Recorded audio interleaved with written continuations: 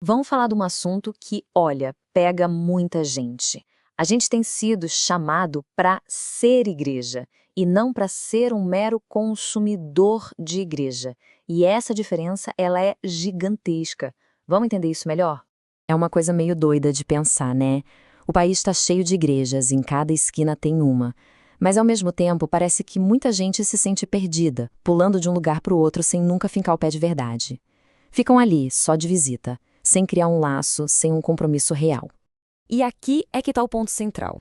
Essa sensação de estar sozinho, de não pertencer, vai totalmente na contramão do que a Bíblia ensina.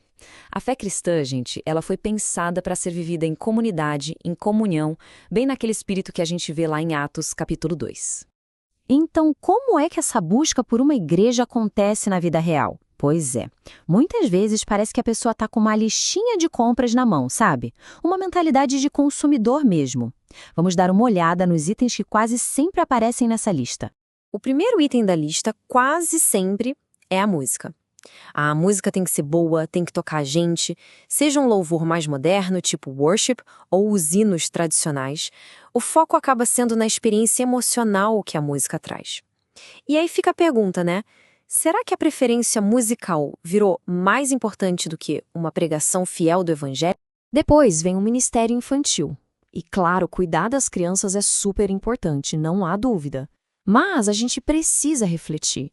Será que a principal preocupação virou ter um lugar para deixar os filhos enquanto o culto acontece? E isso pode acabar passando para frente uma responsabilidade que é, em primeiro lugar, dos pais, de ensinar a palavra em casa. E a agenda da igreja? Tem que ser cheia, né? Retiro, jantar, conferência, tudo isso é legal, pode ser muito bom. O perigo é quando a igreja começa a ser medida pela quantidade de eventos.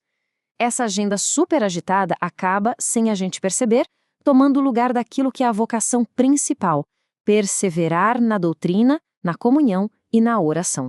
E por último, a liturgia, ao estilo do culto. Uns preferem o jeito mais tradicional, outros o mais contemporâneo. E tudo bem ter preferência. O ponto crucial é lembrar que o verdadeiro culto não é sobre o estilo, mas sobre a fidelidade à palavra e adoração em espírito e em verdade. Certo, mas de onde vem tudo isso? Por que essa mentalidade de consumidor se tornou tão comum? Vamos cavar um pouquinho mais fundo para entender o centro dessa questão. Olha só essa frase que muda toda a perspectiva. A busca não deveria ser por uma comunidade que se parece com a gente, com os nossos gostos, mas sim por uma comunidade que, de verdade, busca se parecer com Jesus Cristo, que é a cabeça da igreja. Isso nos leva para uma verdade que às vezes é dura de ouvir, mas que é libertadora. Aquela igreja ideal, perfeitinha, moldada do nosso jeito, ela simplesmente não existe. E o motivo é bem simples: o centro de tudo não somos nós. Uma analogia que ajuda a entender o problema é a do câncer. Pensa só, mesmo coisas boas como uma música de qualidade ou programas excelentes podem se tornar um problema.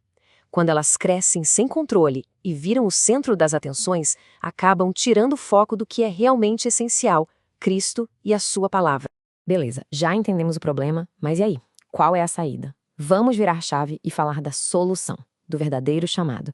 O que é que deveria guiar essa busca por uma comunidade de fé? E a grande virada de chave está aqui. Antes de sair perguntando onde é que eu vou congregar, a pergunta fundamental tem que ser outra: como eu posso ser igreja? O desejo de pertencer, de servir, de contribuir, isso tem que vir primeiro. Então, o que realmente importa na hora de procurar uma igreja? Bom, uma comunidade de pessoas que foram transformadas por Cristo. Um lugar onde tem pecadores que estão aprendendo a perdoar porque um dia também foram perdoados. Corações que estão mais dispostos a servir do que a serem servidos. Onde se busca unidade mesmo com tanta gente diferente. E claro, tudo isso com base na pregação fiel das Escrituras.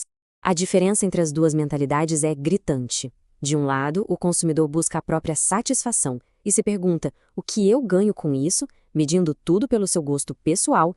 Do outro lado, o membro busca a glória de Deus, e a pergunta é: como eu posso servir? E a medida de tudo é a fidelidade à palavra.